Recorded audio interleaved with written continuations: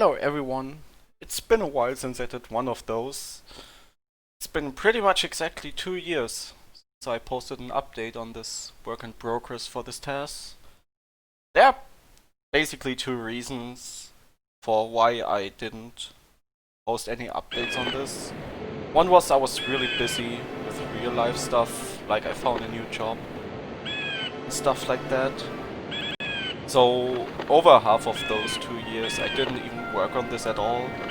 Second reason being I was stuck in GILES Nightmare, and if you know this game, or if you know the speedrun rather, GILES Nightmare is pretty much the single most heaviest RNG place in the game, where there's just room upon room back to back with RNG, and I just couldn't satisfy myself with the RNG outcomes that I manipulated. And I finally got something together that I can live with. I will go into detail over that later once I'm there. But yeah, I not only just finished GILES Nightmare, but I also started this from scratch, which is another reason why it actually took this long. This is also the reason why you will see the full-length TAS up until that point in the game, and not just GILES Nightmare, because there's actually a lot of stuff that has changed. I think I actually forgot to calculate the difference, and I was too lazy to go back to calculate it properly, but it is about 20 seconds faster than my old work in progress videos. And that is with 2 reroutes that actually cost time, so this would be more like, I think, 35-ish seconds faster if I didn't need to take those 2 reroutes. But yeah, those 2 reroutes actually end up saving time in the long run. So they may lose time now, but they will save time later. But yeah, it's still 20-ish seconds faster than the old work in progress, mostly due to new things. One of the things is I found a mechanic when I worked on the old TAS in Ancient Shrine, which was certain sound effects like the dashing animation when you start a dash, or after a certain amount of time when you do a quick turn, or something like bombs using teleporters, or even sound effects from the overworld background like the waves of the ocean. Those things can lengthen loading zones. My theory is that the sound effect has priority over the loading zone, so it first plays the sound effect and then it starts the loading, and that can cost up to over a second each. And since Ancient Shrine is about 40 to 50 minutes into the TAS, I'm not sure exactly when I found it, but I didn't want to redo the entire TAS for just a couple frames here and there, or maybe I'm unlucky a second even. But yeah, there has been so much things found that I just decided I was unhappy with the TAS, because I knew the potential time saves, so I just decided to redo it from scratch. That's what I've done here. The most important thing, there's like a skip I found a year or 2 ago that actually is most of the time save compared to the old work in progress. Like, it straight up saves about 15 seconds. But I will not spoil it, so you have to watch this if you want to see it. It's a pretty cool one, I wanna say.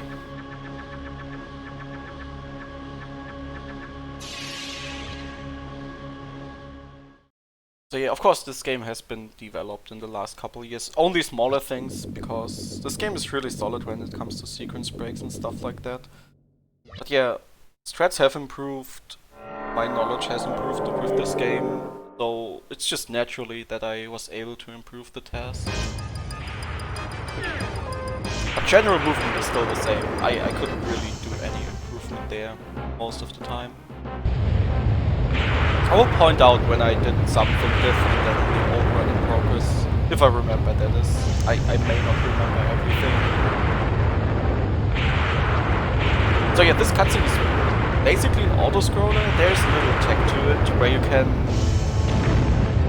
advance certain text boxes or certain lines of text boxes even though they are at a fixed rate.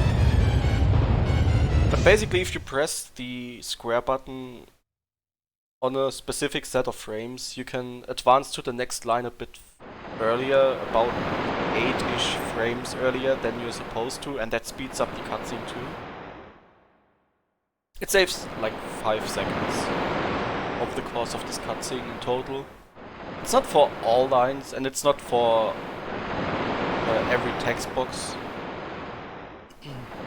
So yeah, you just have to basically try and error, see if it advances earlier or not by pressing the square button.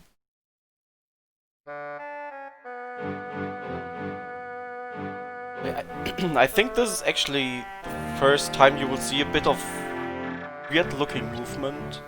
In a sense of, you may think, why do I not continue the dash until the loading zone? But yeah, this is the point where I said that the sound effect of the dash can lengthen a loading zone, and this may affect this loading zone right there.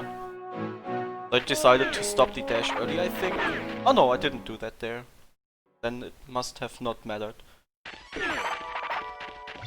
But that will happen in the next screen. I will cut my dash short to not trigger the sound effect before I go into the loading zone. So right there, I stopped my dash and walked into the house. Walking into the house is slower, but the sound effect would have made the loading zone longer. So it's faster to walk in the end. And stuff like that I didn't do in my first work in progress because it wasn't known about that.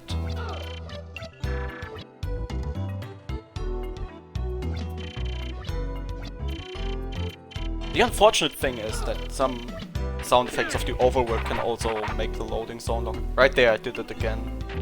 And the good thing about sound effects from the overwork, like waves from the ocean, for once there are only a handful of screens where there is actual ocean with sound effects going on.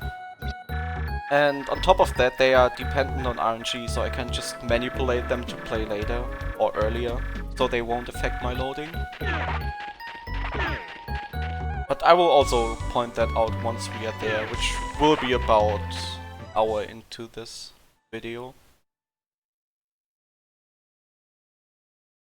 The beginning is actually very easy because there's not really anything that requires RNG. The only part that would require RNG is technically the bees here.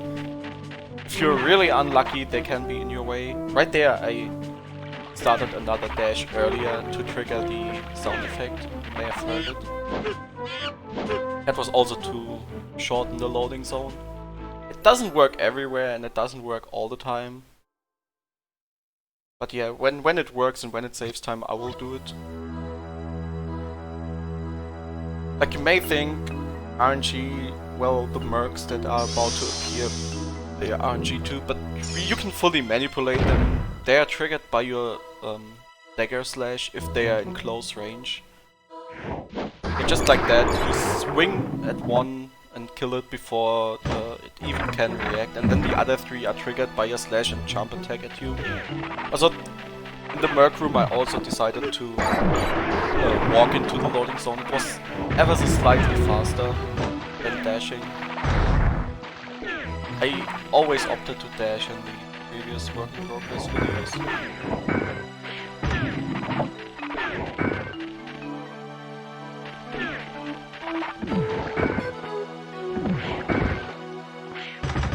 So yeah, right here, just dashing like this, you raise the door that was skated by the 4 switches on the ground. Because the animation plays once, so it goes up and down again, you can just dash under it as it's about to close again. Right there, I actually managed to go before the steel ball. I think in the previous work in progress I still did go after it. I'm actually not sure, but I think I did. But yeah, I managed to go in front of it, so that saved a bit of time.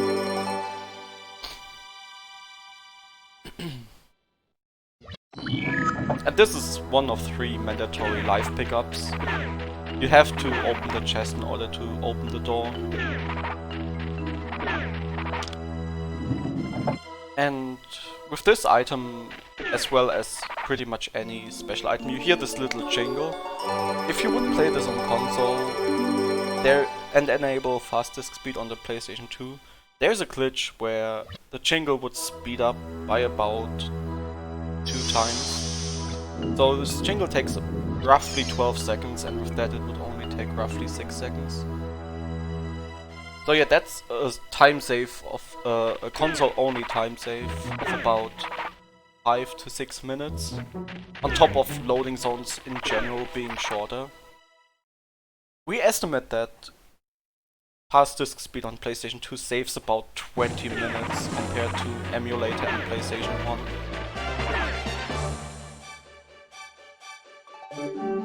Just pointing that out to put this task into comparison with a real speedrun done on console.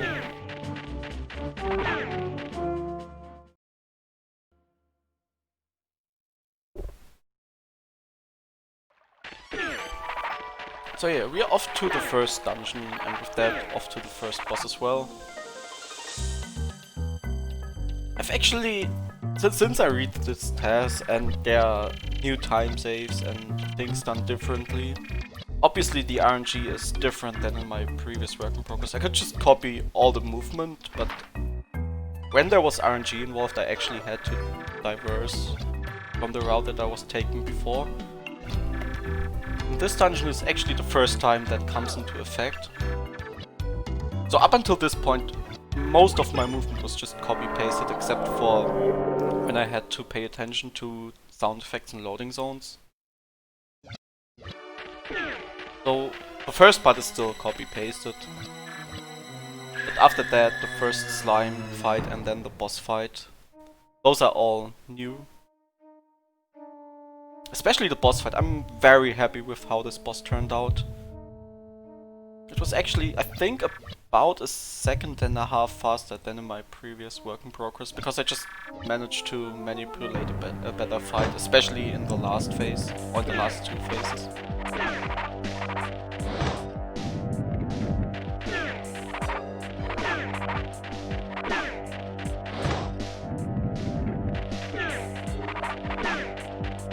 Oh yeah, right there. If you press any of the face buttons, you can pretty much do a shoulder dash, which is an attack that deals more damage than your main weapon that is equipped. In case of the dagger, it pretty much deals double damage. Because I assume it uses your main weapon as a reference point and just adds 1 damage to it.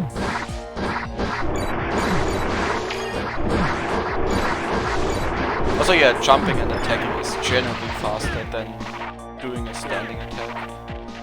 But it's not worth sometimes, like when you're trying to hit multiple enemies. And yeah, saying that the shoulder dash deals more damage, that's what we are going to do here on the boss. The first and last hit doesn't matter, but for every 2 shoulder dashes you shorten this fight by 1 cycle. And you see the iframes are kinda long, so shortening it by like 5 cycles saves a lot of time. And here we are going to do shoulder dashes as well and hit all 4 every time. This saves a lot of time actually too. And then they split up 1 more time, we kill them, and we got lucky and got a lot of gilder. I didn't actually manipulate the gilder because we don't need them. But I have like this little challenge for myself that I just, whenever possible, try to manipulate as many gilder as possible to see what I could end up with after the task is done. I'm very happy that I got a lot of drops there. But yeah, as you saw on the last phase of the second cycle, I didn't get all of the 4 medium-sized slimes to line up properly. So all of the small slimes are slightly scattered in the arena. I just couldn't find anything better than that, but even though this looked kind of messy, it still ended up saving 1.5 seconds. it's just very hard to manipulate all of the 4 slimes to always stay on top of each other. So you can do one shoulder dash into all of them. Most of the time you also have to abuse the iframes there, so you can even just dash straight through them and hit other ones with your shoulder dash. Since it's pretty much impossible to always have them on top of each other, since once you hit them they are basically triggered into going into a random direction. Depending on where you're standing, you can even kind of manipulate where they are going.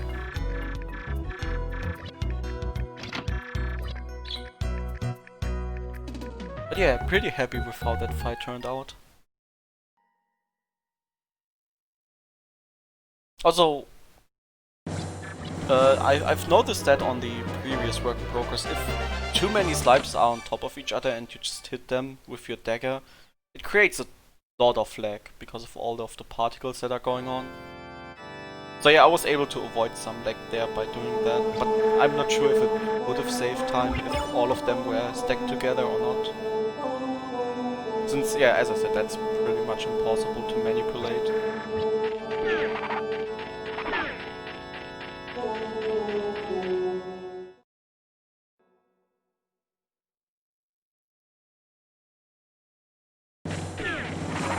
So, talking about RNG manipulation, I should maybe also talk about how to manipulate RNG. Well, a simple way that is really slow and not that great is to actually just wind up a dash. The particles that play the dust clouds, they change RNG, but it's a very slow method of changing RNG because you need several frames of winding up your dash to even change RNG just once. Another way would be just jumping. I assume it's also the dust particles that play when you land on the ground after a jump. Those drastically change RNG. So basically every jump just changes the RNG seed completely. And that's what I usually use, at least for the beginning of the game. And it's always, well not always, but it's pretty much always enough to manipulate an outcome that is favorable.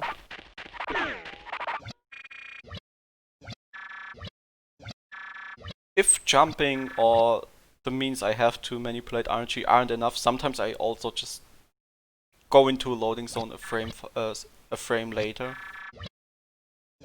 Like when there are a lot of enemies on screen and you go into loading zone a frame later, RNG just cycles so many times that this is also a way to change RNG in your favor.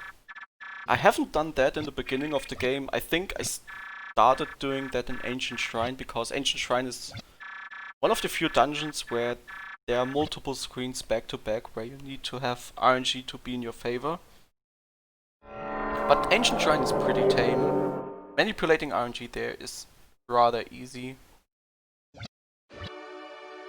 So yeah, going down there only works because you're in the dream, otherwise you exit the real coal mine. But it's faster than just dashing across the screen. Also, I haven't rolled any script for this, so I'm doing that just as I go. I even debated whether I wanted to do commentary or not, but I felt like, why not? So here I am. Please bear with me.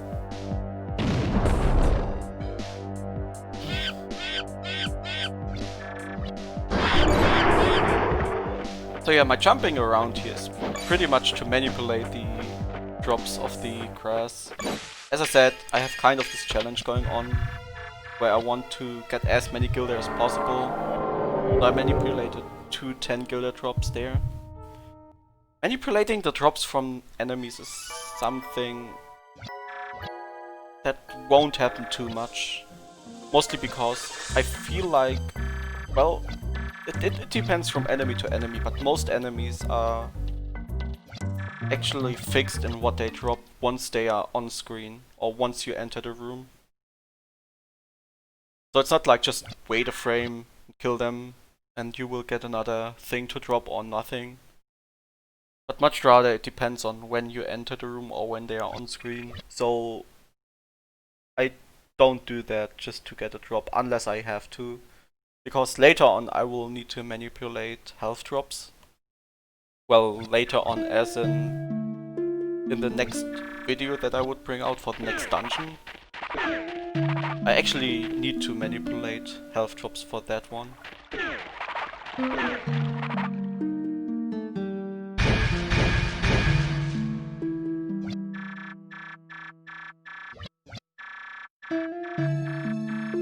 But yeah, I can spoiler a little bit already. I don't know the exact number anymore, but compared to the previous work in progress, I actually have way more Gilda than I used to have.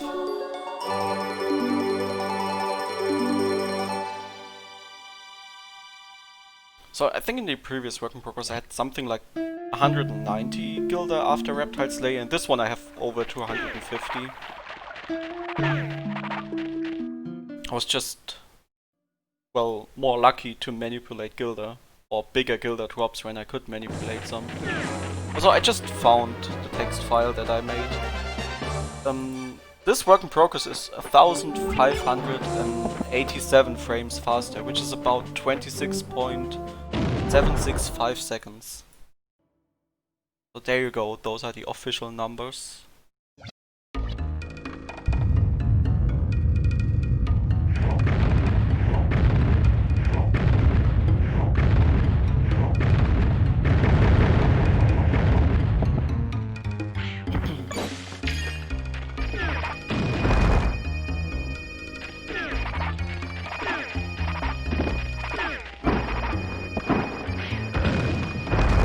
Using the turtle here to blow up the bomb a bit earlier. I wish the turtle would have been further to the right, but they are pretty slow. And they only start moving once you're about halfway through the room.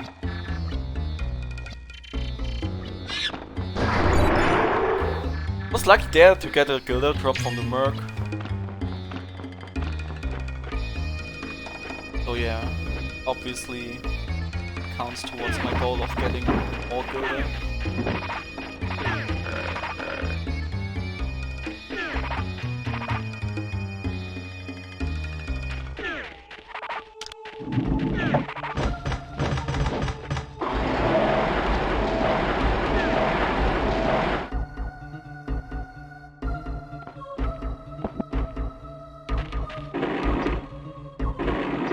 The beginning is not very interesting in terms of techniques for the TAS, except those things that are in the background, like shortening loading zones, making text quicker in cutscenes and stuff like that. That's stuff you just don't really see. And your movement is pretty straightforward. RNG isn't really a thing yet, except for the first boss.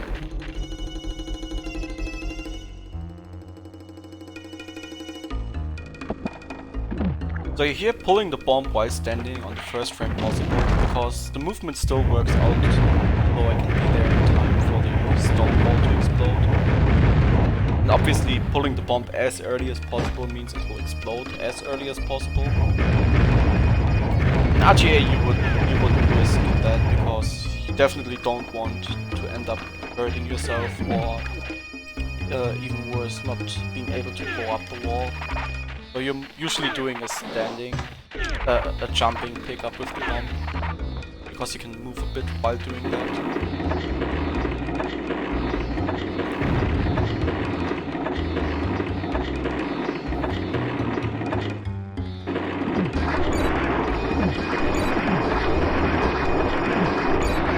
Also, yeah, right there, another 10 Gilda, that was really lucky.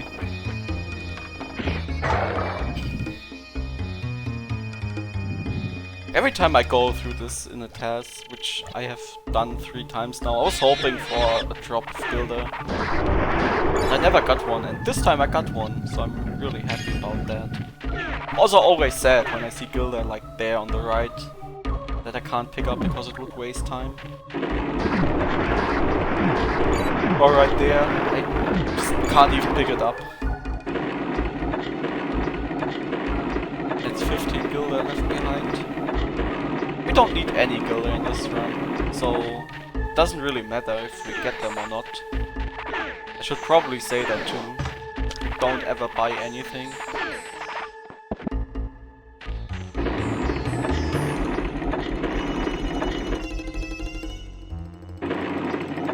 In RTA you actually buy the magic elixir once. I'm actually not sure if you buy a second magic elixir or if you get it for free later. I know you get 2 magic elixirs, but I'm not sure if you buy the second one. I'm talking about the one at Ronan. But yeah, this TAS will never see the shop.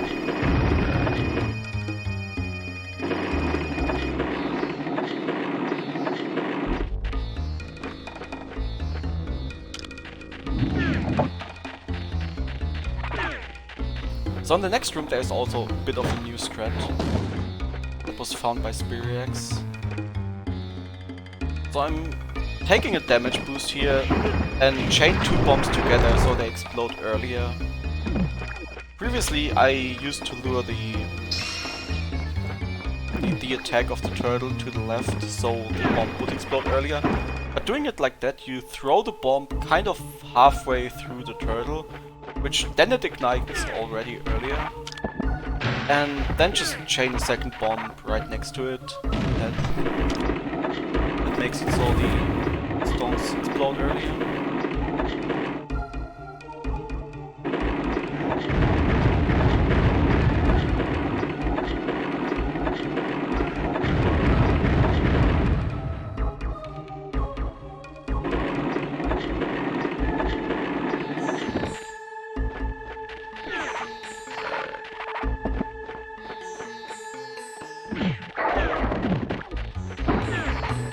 So yeah, same deal here, doing that little quick turn to get the sound effect out of the way. I think it's about 1.5 seconds after each time that sound played that it plays again if you do a quick turn.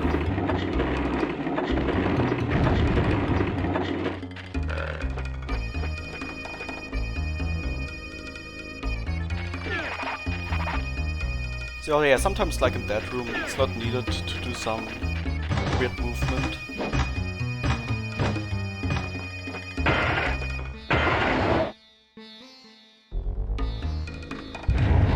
So yeah, this is already the second dungeon, which means we are almost off to last script, which will be a way more fun dungeon to watch.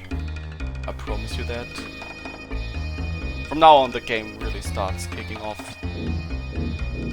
But yeah, the first half an hour about it's not really that fancy.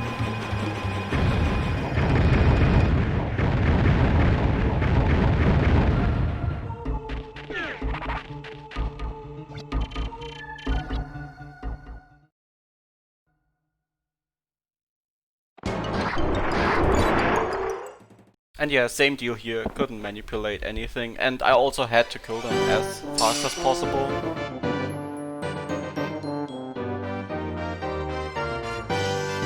At least I got a health drop, which I don't really need. But hey, it's better than nothing. Also yeah, this chest right there, it actually has another life crystal, or life vessels in it. No, life vessel, that's what they are called. It's one of the few ones that you can skip.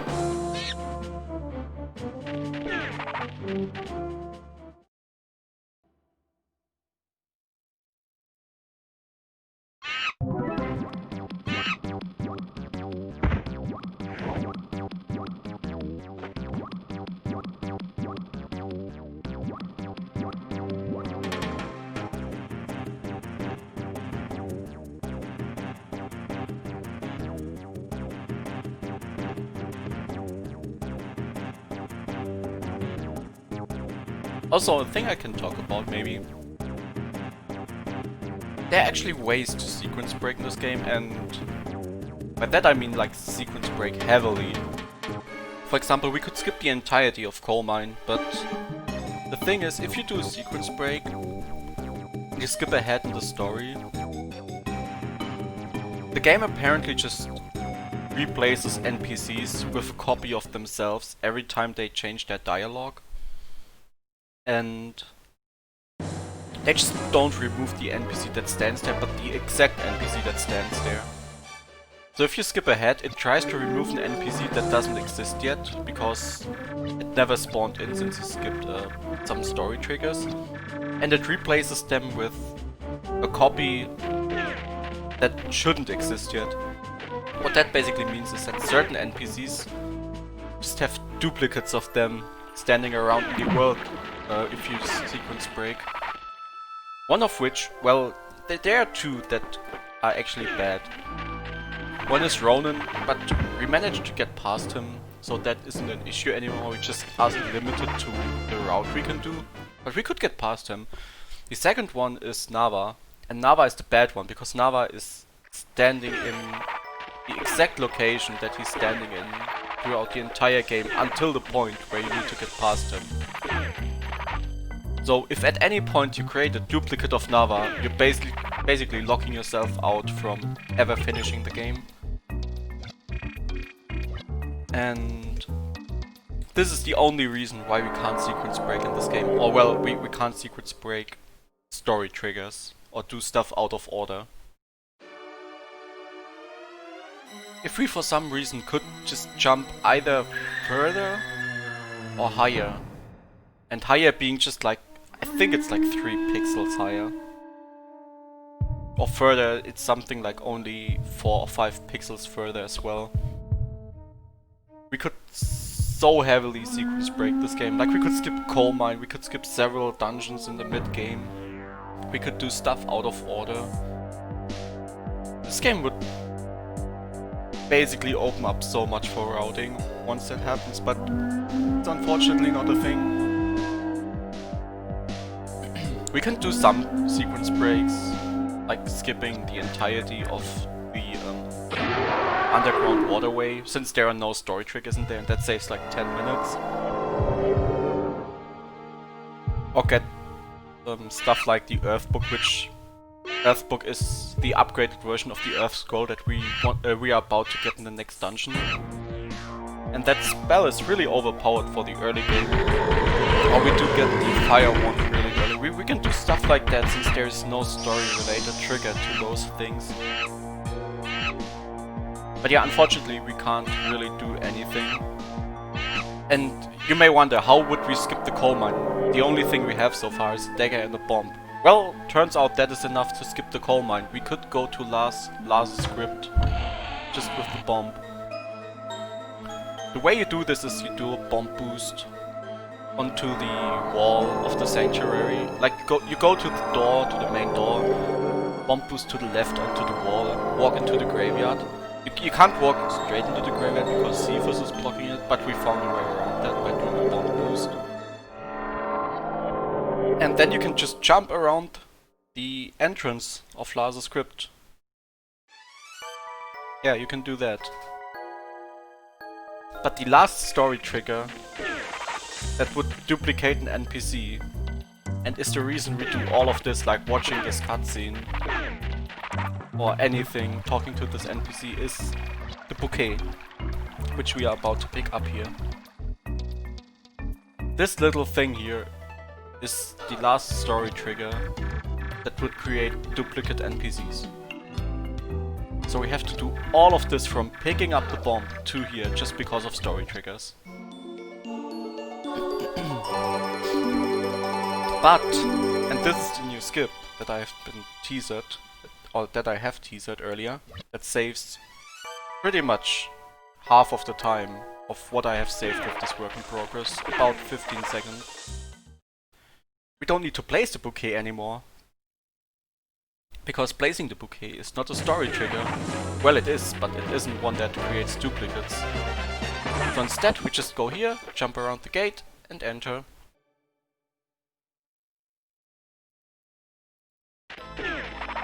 Also, another thing that is really cool, if you do this, you don't get this little text box popping up that says, well, you've entered Lars's script. It just doesn't exist.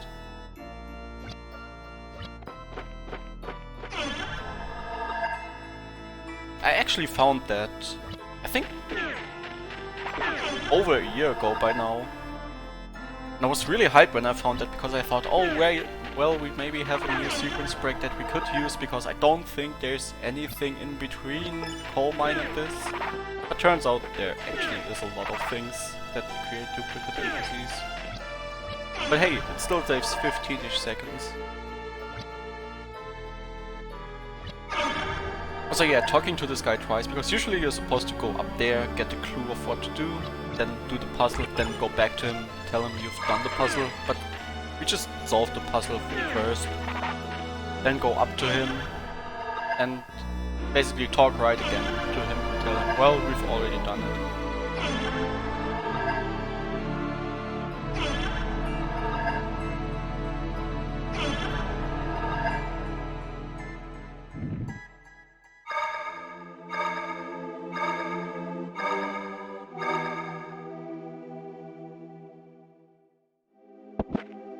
I think it happened in this work in progress, right?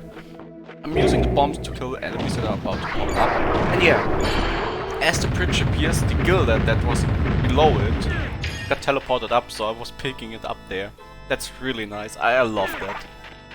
I was so happy when I saw that gauntlet drop, because I knew I could get it. Also yeah, you can jump over those holes if you have a bomb above your head, because having anything above your head, when Alundra carries anything, he gets one additional frame of animation to his jump, which means some of the jumps like those over those two holes are actually possible. If you didn't hold anything above your head, those jumps wouldn't be possible. And right here, this fight was actually faster than in my previous work in progresses, because I was able to actually get a third bomb. Because that second ghoul up there, he just wasn't having none of it and wouldn't just go down to the bottom right of this room. But yeah, doing it like that actually saved time. So because he was so stubborn, I had to come up with something different, and it ended up saving time. So yeah, this is Conveyor-Less. Usually when you step on those tiles that have the arrows onto them, you will lose control of Alundra and just get forced into the direction they are facing. But being at the very edge, you can just walk along them. Also, another 10 gauntlet, that was so lucky.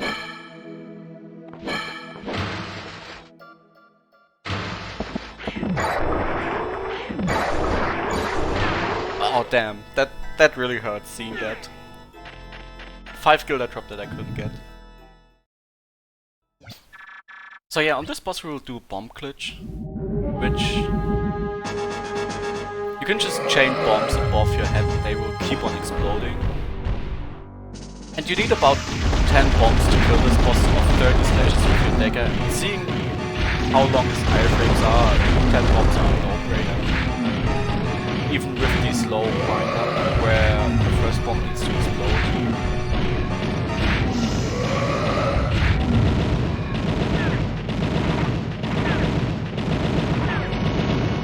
So yeah, now we will get some items, one of which is another life vessel that we can't skip. So this is the second of 3 forced ones you have to pick up. On top of that we will get a magic crystal and the earth scroll and one of the first jewels. 1 out of 7 jewels are required to beat the game.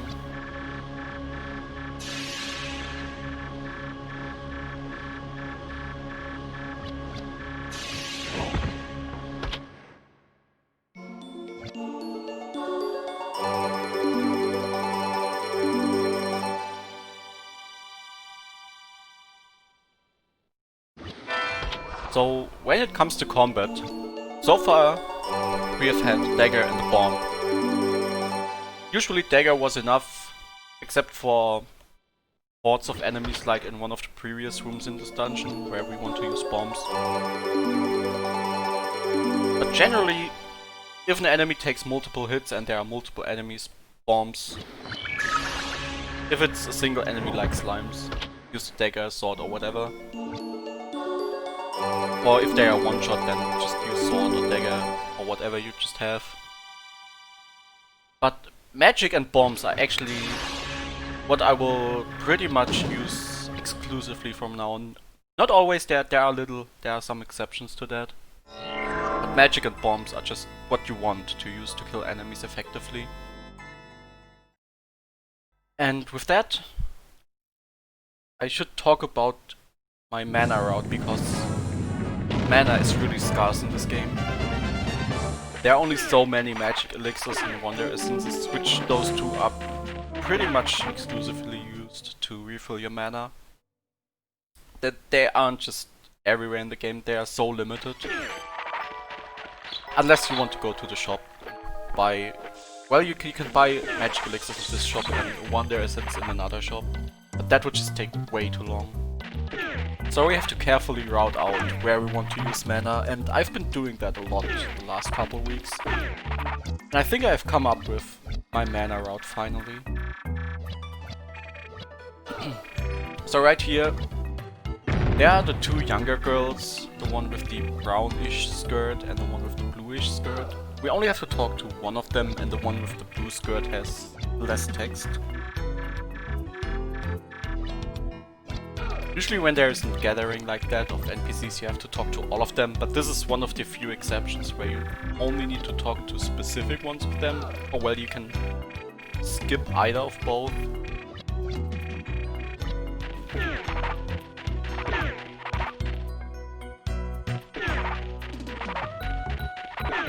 So yeah, almost on to the next dungeon, which is Bonair's Nightmare.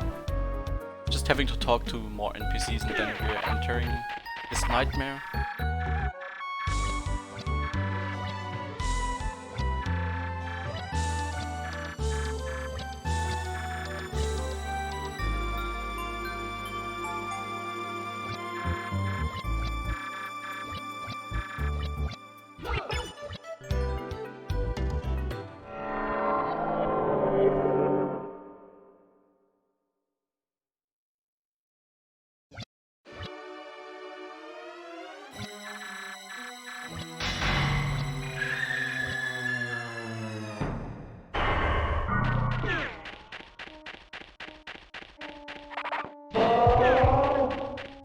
So right there we can do a little trick jump to skip a small portion of this dungeon. Saves like 10 seconds, something like that.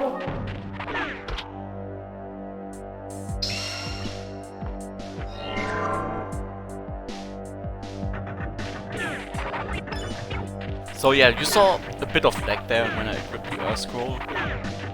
When you equip certain spells like the Earth Scroll, Earth Book, you get some lag, and they also lengthen loading zones when you have them equipped. So sometimes you will see me unequip them right away, so certain loading zones don't get longer. But in the case of Earth Scroll, loading zones aren't actually affected. It's only the initial lag. And I think that's because they are already stored in memory and it takes a bit longer to load them in whenever you have them equipped. But yeah, for Earthbook you definitely want to unequip that when you don't need it.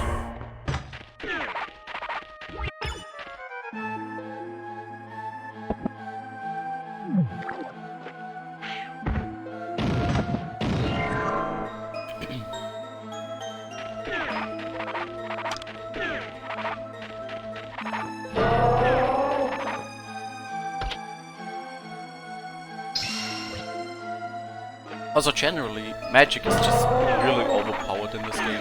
That's why you want to use it mostly on bosses, except for this one. Because the upcoming boss is a one-shot with a bomb. It would be a two-shot with the Earth Scroll.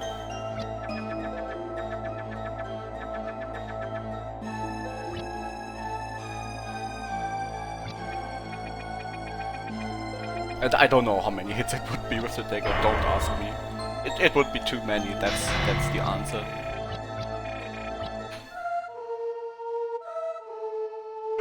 So yeah, taking damage here to just dash through all of this nonsense, abuse your iframes, and then manipulate this boss. So I hit her with the first bomb. For once that she gives me preferable patterns, because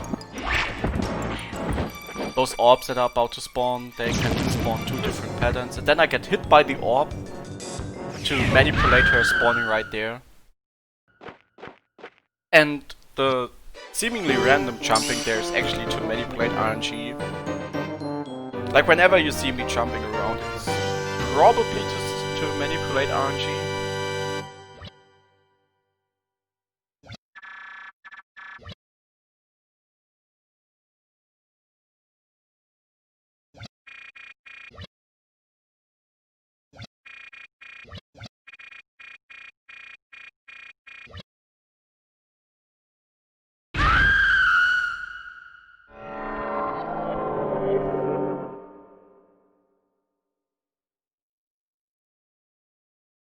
So yeah, now we are about to go to Ancient Shrine.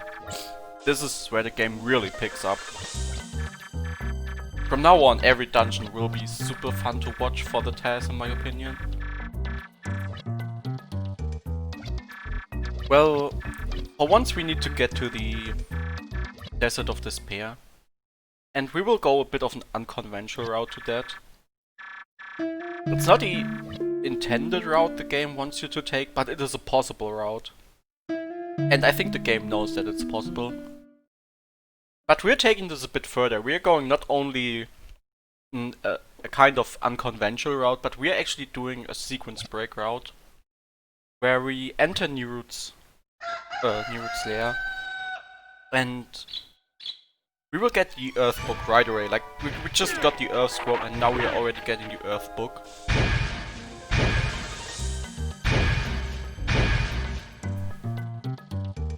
So yeah, we're going from the first spell you get in the game to kind of like the 5th spell that you're supposed to get. So that's a big upgrade in terms of raw damage output.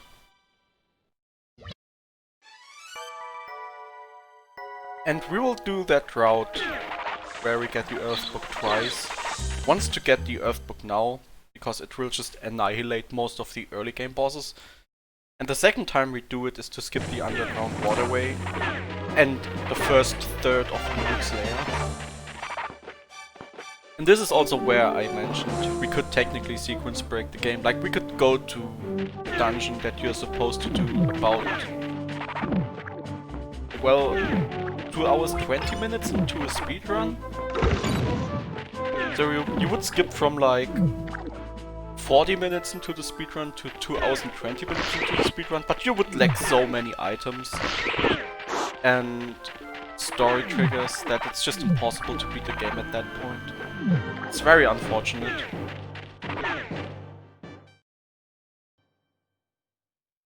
It's all due to the duplicate NPCs. So yeah, this jump is only possible when you hold a bomb above your head. Every time you see me holding something above my head in order to make a jump, it's pretty much required.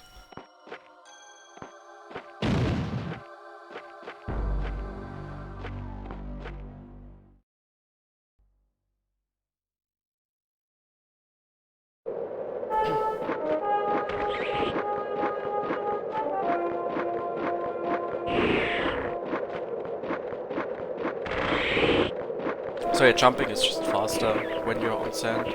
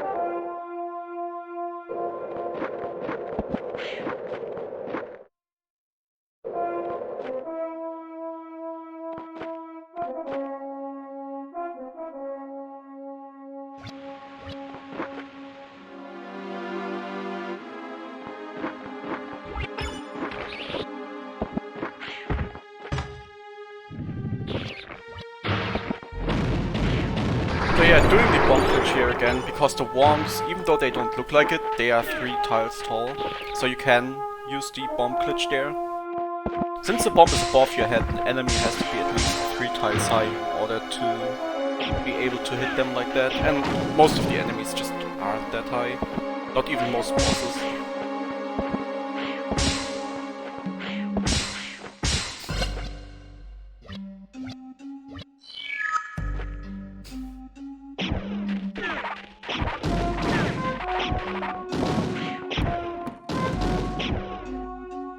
So yeah, pretty much every time you're on this balcony section, you want all of the mummies to just not be in your way.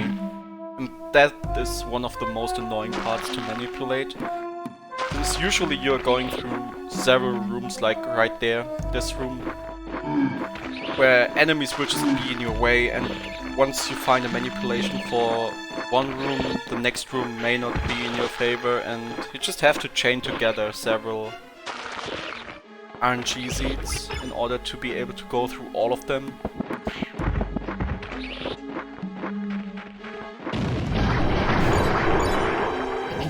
So yeah, those are gilded drops I couldn't pick up again.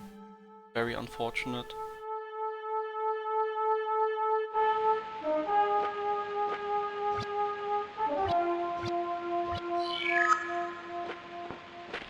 Like right there, this is another balcony section where you want to dash through the mummies. And also the mummies' sound effects can lengthen loading zones.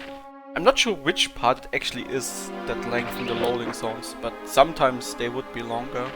And I don't know why. Like right there, you have to manipulate mummies there, and then on the next screen, right again. And there isn't anything in between where you could just manipulate RNGs or so. This is one of the few exceptions where I sometimes enter a loading zone, I think up to 2 frames later in order to manipulate RNG. I'm actually not sure if I did that in this work in progress. I know I did it in the last one, but I'm not sure if I did it in this one. So yeah, in the next room, that gave me a bit of a headache. I took kind of long break, like 2 months probably, again, when I redid this task, because I just couldn't find anything for the B room. And then I finally found something, and it was even faster than in the previous work in progress.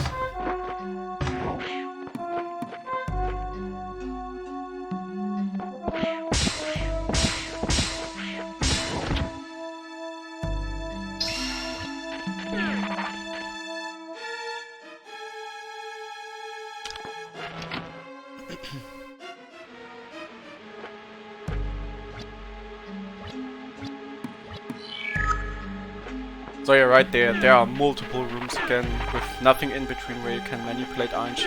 For once this one, then this one as well. The next 2 rooms don't have RNG, but the one after has, and you can't manipulate RNG at all in between, unless you want to waste frames again. So I have to be very careful about how to manipulate the RNG there. Especially this room. This room is really nasty because of the mummies on the right.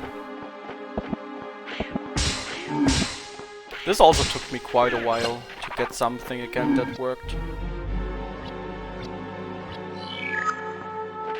Especially if you consider that there are 2 rooms before that also have to be manipulated.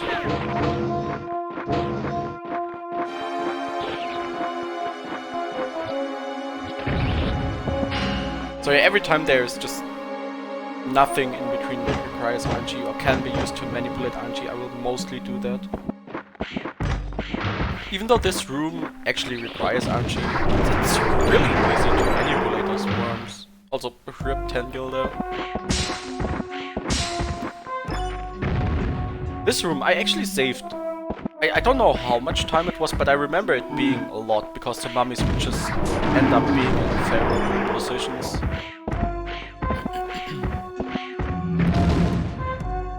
It was probably at least 10-ish frames.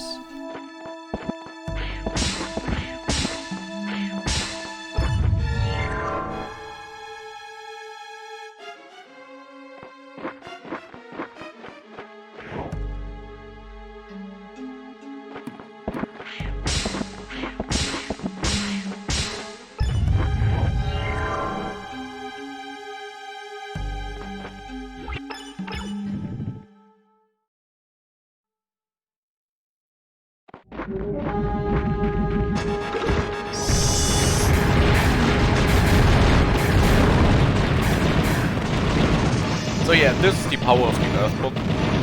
This is the same boss as in Last Script, where we needed 10 bombs in order to kill him. This time we needed 2 hits with the Earth Book and 1 with the flail. Doing it in that order, that you first hit it with the flail and then the Earth Book cast, is slightly faster, because hitting it with the flail is just, for the first hit, is faster than using the Earth Book. And while he has his iframes going on, one thing really quick, if you stand pixel perfect on that spot with the cactus there, you can jump up there. Spirex found that, so that saved like 1.5 seconds. That's a really cool strat. But yeah, while the iframes are going for the boss there, we cast the Earth Book and then the Earth Book just hits the first frame it can after the iframes are gone.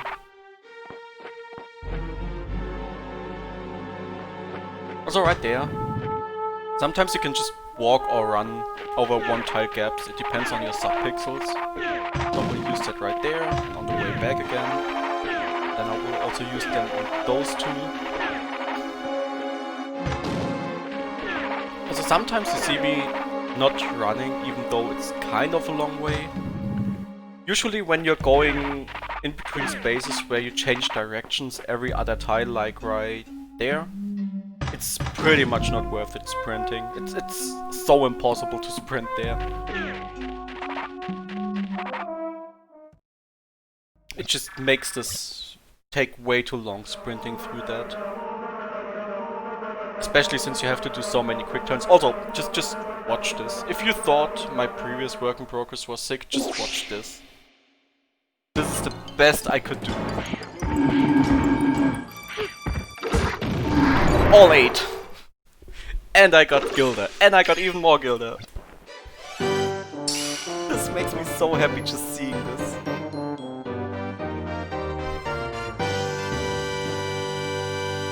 I got all with bombs in the center of the room. It was so hard to manipulate that, but I pulled through it and I got it. And then I got also rewarded with even more Gilda.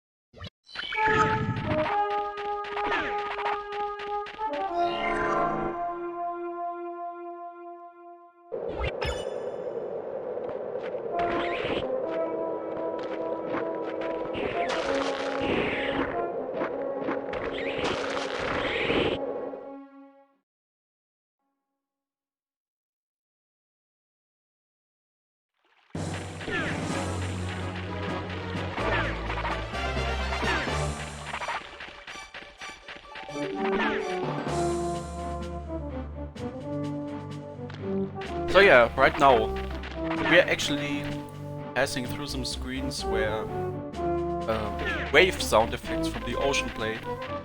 Not right there, but soon. And those had to be manipulated in order to not lengthen loading zones.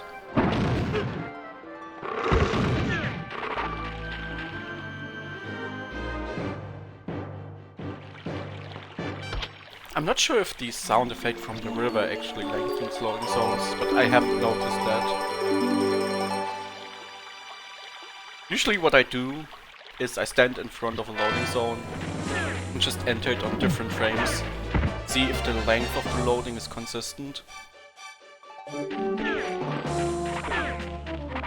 And if it's not, that means that there is a sound effect going on. So right there, that sound effect from the waves that lengthens loading zones. So yeah, this had to be manipulated.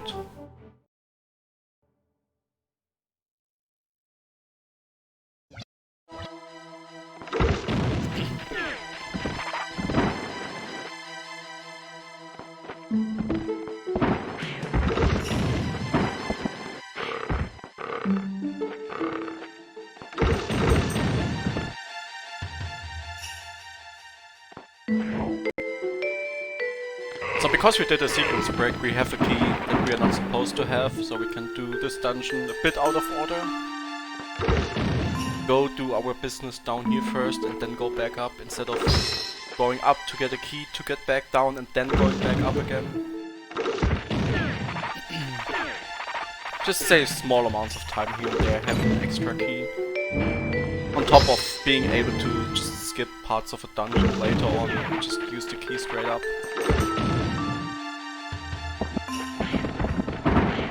Also, 10 gilded there again, I couldn't get. Sad face.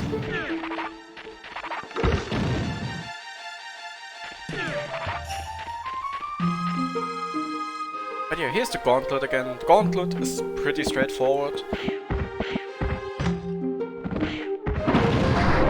So I'm switching to the sword here and immediately switch back to the flail. And that actually ended up saving only about 6 frames. And only because I got the RNG that was required for it to save time.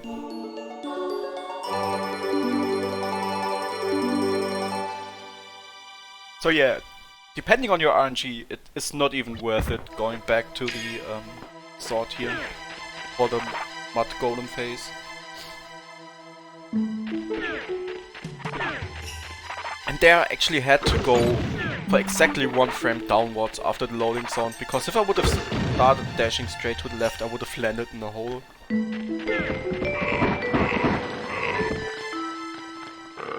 But there are also a couple screens back to back where you need to manipulate RNG with enemy movement and everything.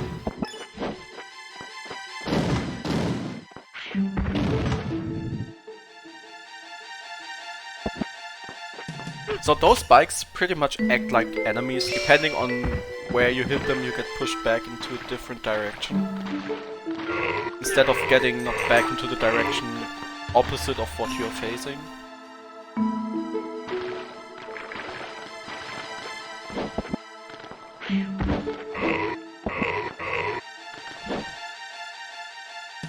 So right there, I can walk above the holes again by doing subpixel manipulation. And right there, I figured that it's actually faster to walk out and enter the screen from the bottom loading zone, since the cycle of this steel ball that just hit me there ended up being slightly better. I couldn't get past it without getting hit, but I still managed to save some frames there.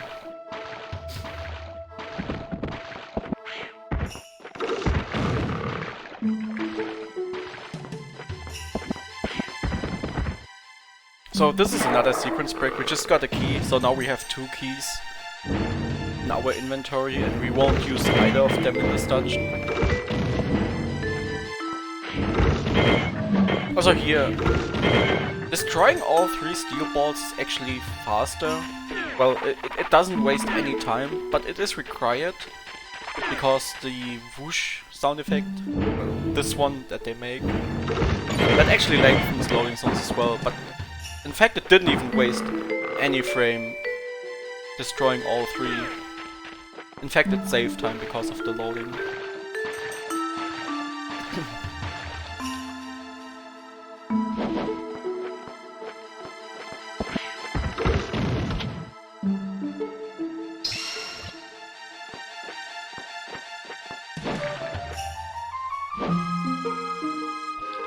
So right there, we can pick up the chest from the water. I don't know why it works, but it works, so may as well use it. And that was the Wonder Essence, which we will use to recover mana. So that was a really fast pickup.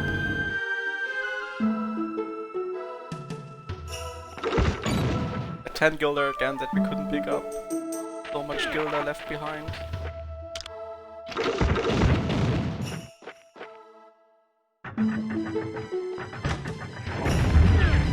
And this boss gave me such a big headache. It is so stupid to manipulate. I don't know when you actually can manipulate it. Like, I thought I knew how to manipulate it, and then I got to the boss and I just couldn't do it. In the end, I ended up being able to do it. Like, jumping, charging your sword, anything, it just doesn't work. Like charging a weapon also changes RNG, that's also a way I will use from now on. But in the end I finally managed to find something. And on top of that, I will do this boss a bit different than in the previous work in progress, which is about 400 frames of time loss compared to the old work in progress. But it actually saves time in the long run. Like you saw, I used the charge sword in there. In the previous work in progress I will just use the Wonder Essence here and cast the Earth Book 4 times, which is enough to kill. But right there I use 2 Earth Books and 3 charged sword hits, and one cycle is pretty much 400 frames. But yeah, the stupid thing is, apparently there's a bit of a random factor to your damage with the sword charge on this boss. So sometimes you need 6 hits, and I don't know why. I'm super happy it didn't happen this time. Because initially I only wanted to go back to this dungeon and redo the TAS from there, because I needed a Wonder Essence later. Then I decided to just screw it, doing it from beginning again. Might as well do it right.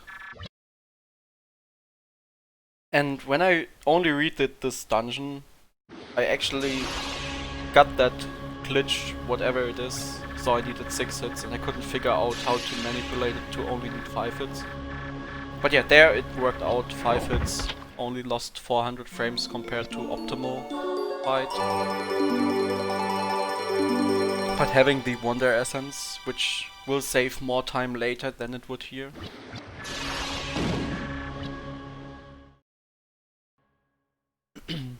All of that are just reroutes that happened over the last couple years.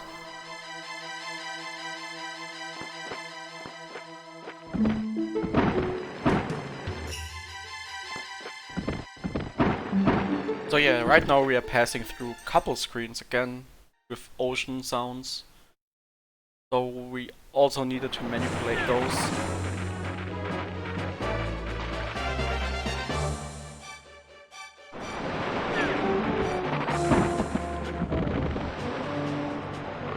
But for now, we're doing kind of a sequence break again. We're getting the fire wand, which you're definitely not supposed to have this early on.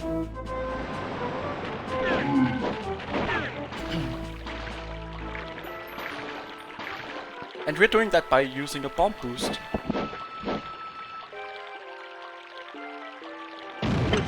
Getting hit by a bomb while doing a jump and then pulling a bomb first frame possible again makes you jump a bit further. Not higher, but further. And it just lengthens your jump by a couple pixels, and that makes this jump possible from the bridge there.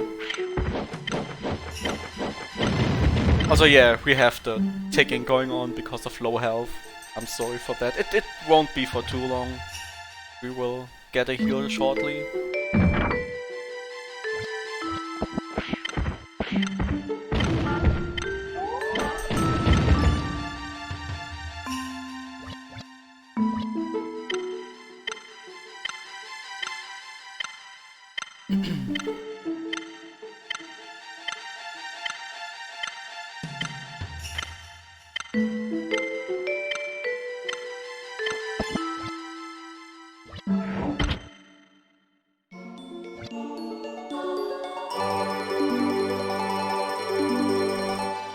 So yeah, now we are going back to town, and then we will be forced to sleep, which will replenish our health.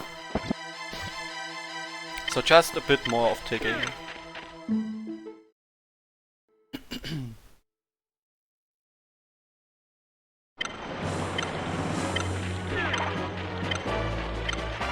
So yeah, more ocean sounds, so we need to manipulate those as well. That's what we did in Fire Manor.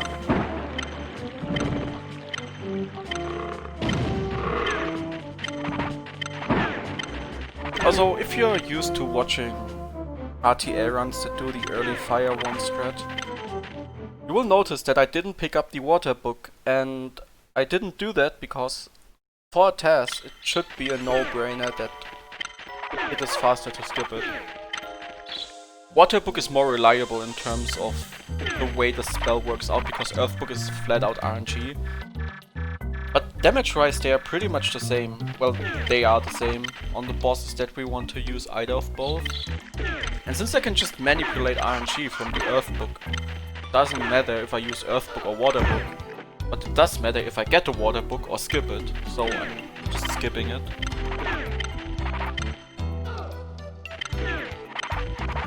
It just means I need to manipulate RNG later on certain bosses when I cast the Earth book, but that's just whatever. I can just get the RNG I want.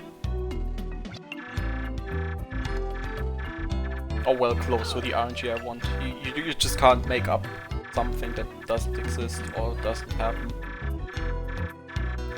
You're still limited to the ways you can manipulate RNG in the game and to things that are doable. But usually what I do is I cast Earthbook and see what is the earliest frame I can hit the boss and how long are the iframes of this boss. So I'll make sure to hit it on the first frame possible and then on every first frame possible once the iframes run out on consecutive hits.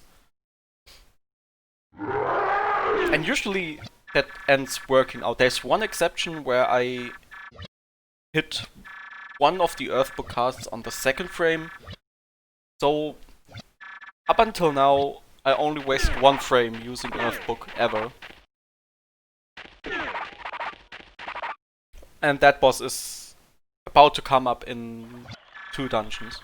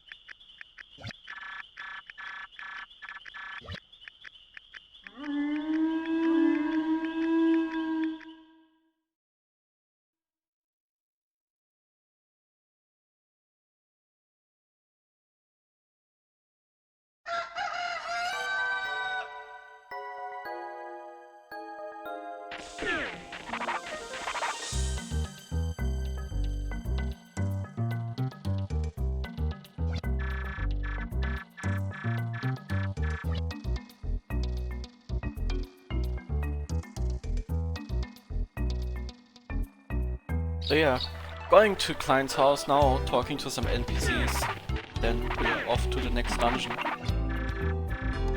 Which, I need to point it out, I just have to. This dungeon has the best music in the game. And if you say otherwise, you're just wrong. That's not an opinion, that's a fact.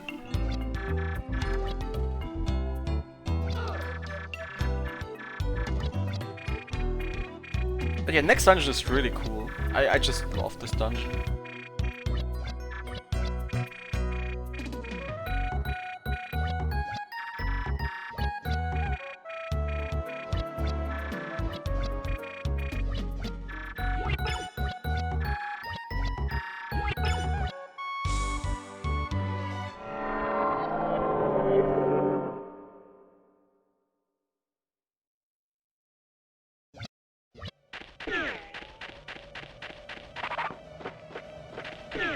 So, even though the ice is slippery, it still loses time jumping unless you have to take a corner or something like that.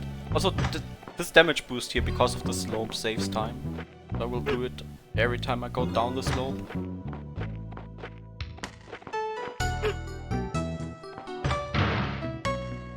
And I will do another damage boost right here. Also, spike balls actually scale in damage the further you get into this game. So while this big spike ball may only do 3 damage, in a couple dungeons from now it will already do 7 damage. Oh well, in one of the dungeons 5 and then in a later dungeon 7. So charging my sword here in order to change RNG. That's a way I can use to change RNG on the go without wasting any frame, because I can just charge it. That doesn't waste any time, just charging it. That is something I didn't have to use in the previous work in progress, but because I couldn't jump here with well, jumping generally, I don't know in frames how much it loses, but jumping once basically wastes 3 pixels. So yeah, you only want to jump if you change RNG or if it's required for movement. But yeah, here I could just use the sword charge, which, well, I don't think I will use it again. In this dungeon at least. Right here, you can also do a sub-pixel jump in order to get over this gap. In order to get over a gap that is 3 tiles, you need to hold something above your head and have the right sub-pixel. Well, you can also do it with a bomb boost, because that also gives some pixels additionally towards your jump, but a bomb boost would take too long instead of just aligning your sub-pixels.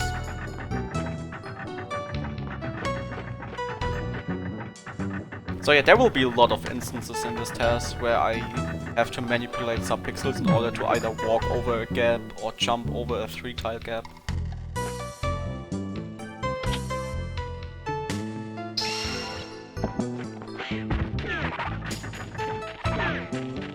So here just dashing along the very edge of the platforms, so the steel balls don't hit you.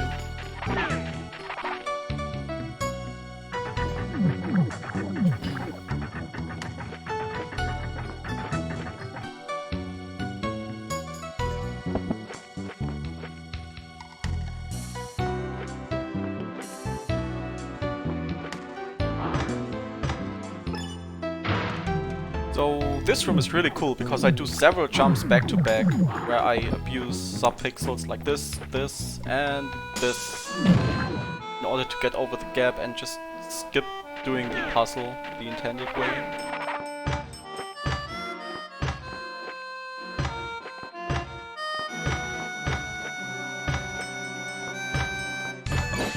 Also got a Gilda here. My previous work in progress I only got health, which I didn't need, but this time I got Gilda. Also, you notice the grass is cut now, so I think the tower, even though you go through a loading zone, the entire tower is just one screen.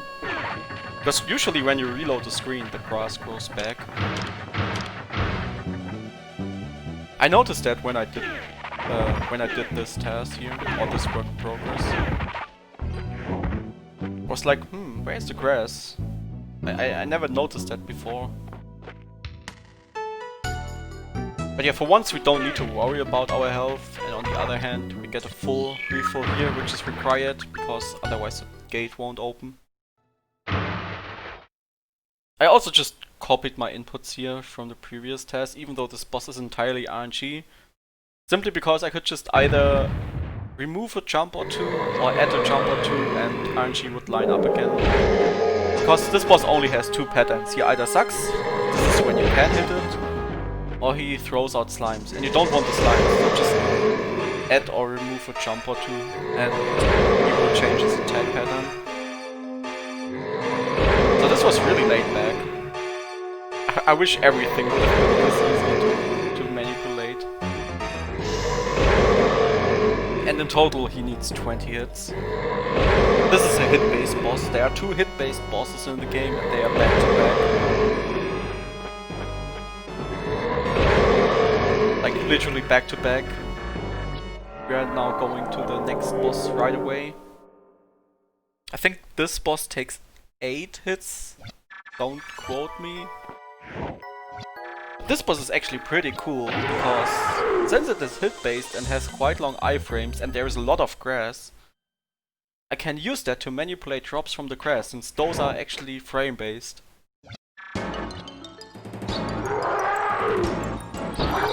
So yeah, I will manipulate a lot of Gilda here. And if you thought I manipulated a lot of Gilda in the previous work in progress, well, I manipulate even more here. Oh well, the amount of gilder is the same, but they're just worth more. Since I got more 10 gilder drops than the previous work in progress. And I'm almost at 200 gilder now. I think in the previous work in progress I got 46 gilder, and in this one I got like 56, I wanna say.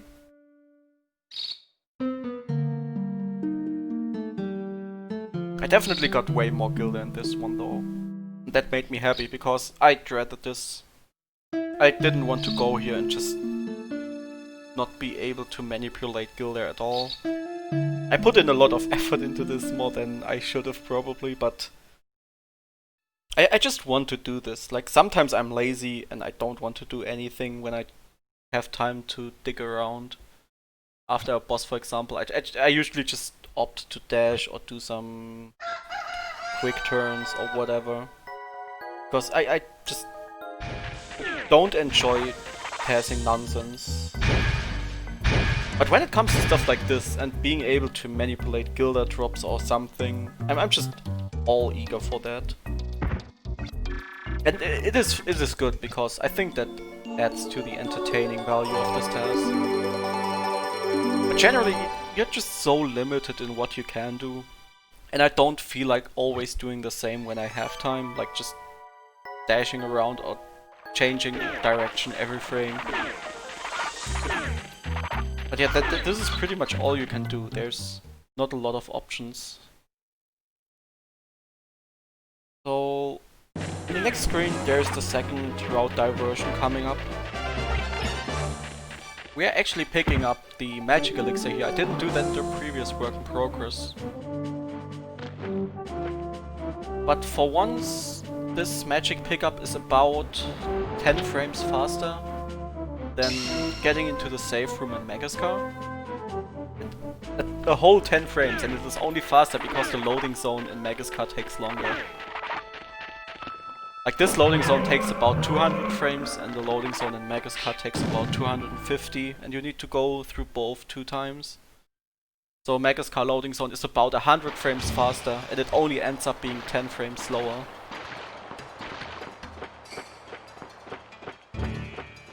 So yeah, that's something.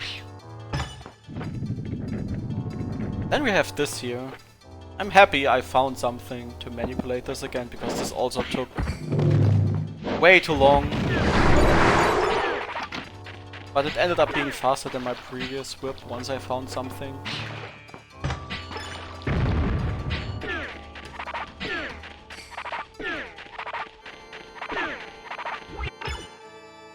Also, I don't recommend menuing that close to a loading zone, because there's a glitch that can happen where the loading zone just gets longer. Or sometimes you soft block if it goes really bad, especially if you equip something like the Earth Book next to a loading zone and then go right through it as you close the menu. But obviously, if that would happen in the TAS, I could just redo it. I think it's related to fastest speed. So I guess you could do it, but I still don't recommend it.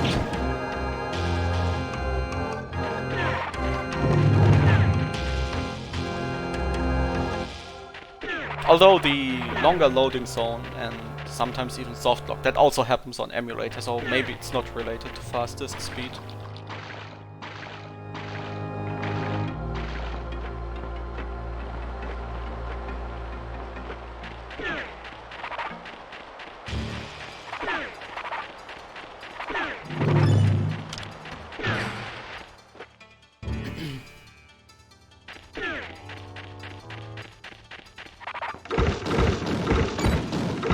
Another 5 gilder. I think the exact same pillar dropped a 5 gilder as well in the previous work in progress. This room here, this looks just so good. I'm so happy with this one. So casually, and then at the end just jump into the loading zone like it's nothing.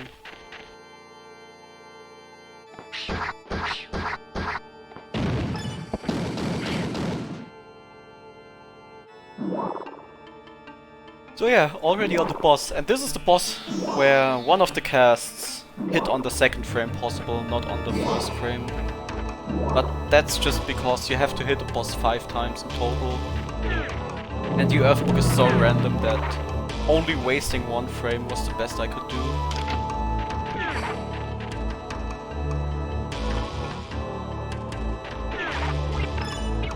Yeah, you saw the lag there again as I equipped the Earthbook. It depends on the room you're in, sometimes that lag may be longer. Like, even though you know that I wasted a frame, you probably won't even notice where I wasted a frame. Also, one of the reptiles dropped 5 gilder. That didn't happen in the previous whip. So yeah, we have 5 more gilder. And we have over 200 now already. I can spoiler as much. This TAS will definitely end up having over 300 gilder by the end of it. Because I know how much gilder I got in GILES, and there's a 50 gilder that you are required to get from one of the NPCs. So yeah, I will definitely end up having over 300.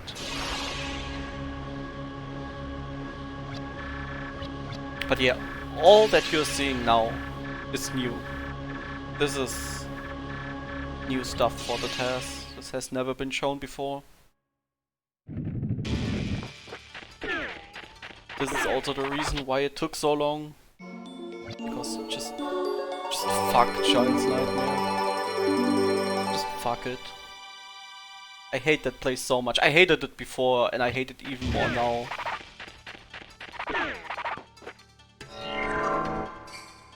So yeah, walking in this screen right here saves 1 frame. Charging the weapon here to manipulate the smut guy that you're about to see. This one. He was always standing there waiting for me to hit me in the face. But yeah, just charging the sword and he is in a different position.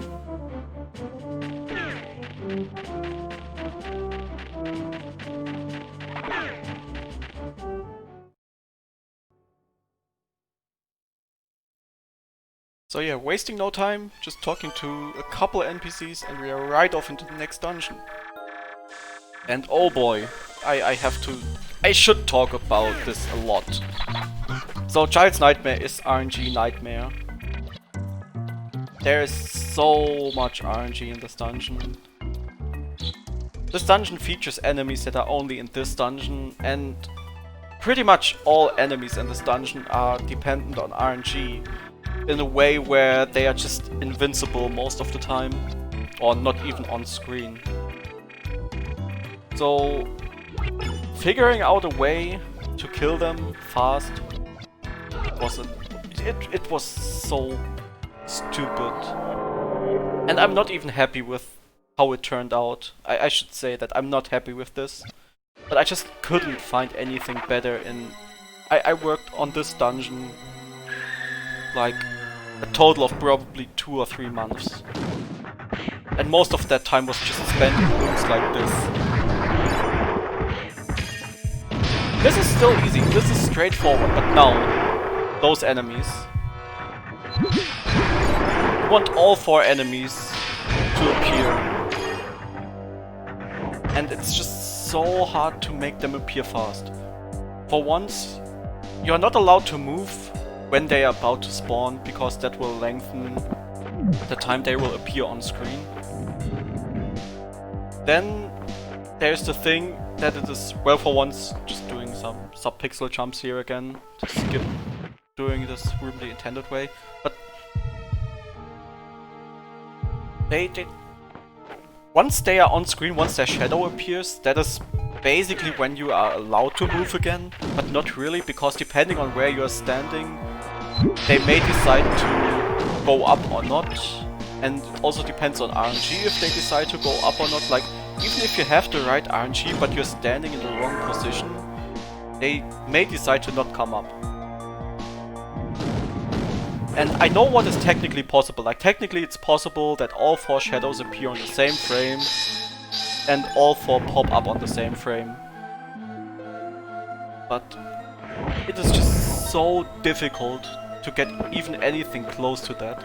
It is even just so difficult to make all 4 appear, so you hit them with just 1 attack.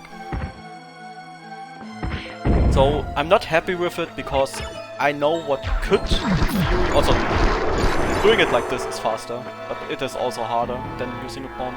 It saves like a second and a half. But yeah, I have to fight shadows 4 times in this dungeon. Also those Sarah-like enemies I have to fight twice.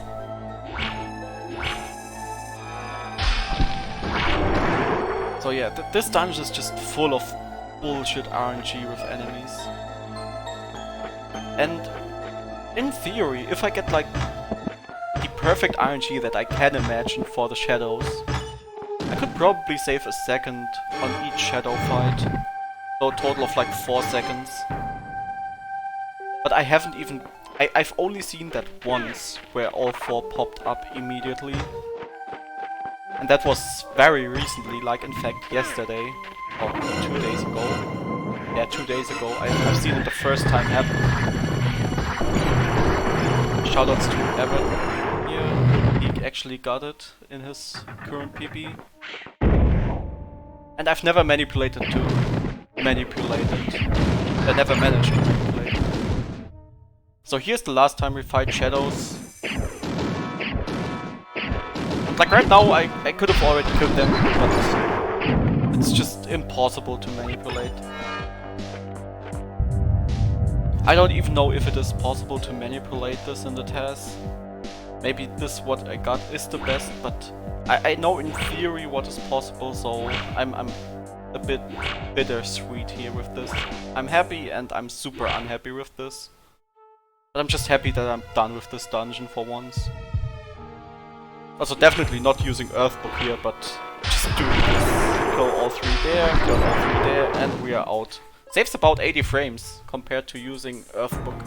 And a mana cost, which is the most important part. Because we will only use 1 mana here for the boss. And then we will not replenish our mana in Magiscar, but only use 1 mana cast on the boss there as well.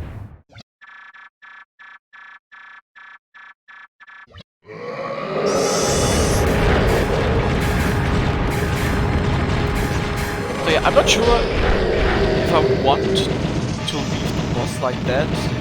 Also yeah, the test is stopped there. This is as far as I tested. But I'm not sure if I want to redo the boss. Well, I definitely will work around. Work on it a bit more, see if I can save some frames. But this is pretty much what I got so far. I just wanted to get this video out. But the boss may change, I may save a couple frames still.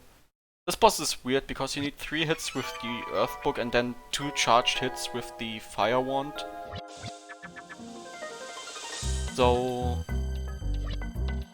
doing it like that, you have to delay the Earthbook or just cast that early. So in order to not get sucked in when he does his second attack, you need the Earthbook animation to be over already. But yeah, I hope you really enjoyed this, because this took a lot of work, especially Child's Nightmare. Redoing this entire task. It was worth it in the end, but it was so much work. And I'm happy that I did it now, because I've done it. Next dungeon, Magiscar, should be a bit straightforward. I don't know when I will pull this out. But once I'm done with Magiscar, the next 2 dungeons are pretty much free because there is no RNG at all. Just movement, and that should go really fast. So I hope I make some steady progress in the future. And I hope I will see you guys soon.